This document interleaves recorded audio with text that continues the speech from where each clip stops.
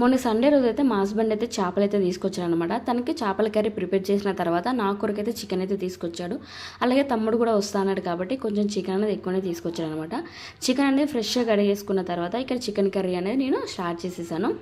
చాలా రోజుల కంచెలు అనుకుంటున్నాను చికెన్ తినడం చాలా తగ్గిద్దామని.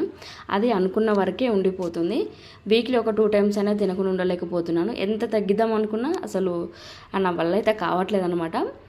వారం రాగానే చికెన్ మీదకి మనసు అయితే పోతుంది. సమ్మర్ కాబట్టి కొంచెం తగ్గిస్తే బాగుంటుందని నా ఫీలింగ్. ఎందుకంటే సమ్మర్ ఎలాగో కొంచెం వేడి చేస్తుంది, అలాగే చికెన్ ఎక్కువ తిన్నా కూడా కొంచెం వేడి చేస్తుంది, అలాగే మోషన్స్ వామిటింగ్స్ మనం తింటే ఇంట్లో పిల్లలు కూడా తింటారు కాబట్టి కొంచెం తగ్గిద్దామని అనుకుంటున్నాను.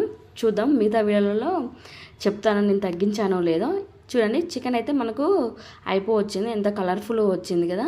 కొంచెం గ్రేవీగానే ట్రై చేశాను అన్నమాట. ఈ సండే వచ్చేసి నేను ఎప్పుడైనా నార్మల్ రైస్ కంటే బగారా రైస్ ఆర్ బిర్యానీ చేశాను. ఈసారి అయితే నార్మల్ రైస్తోనే సరిపెట్టుకున్నాను. ఇదేనండి వీడియో నచ్చితే లైక్ షేర్.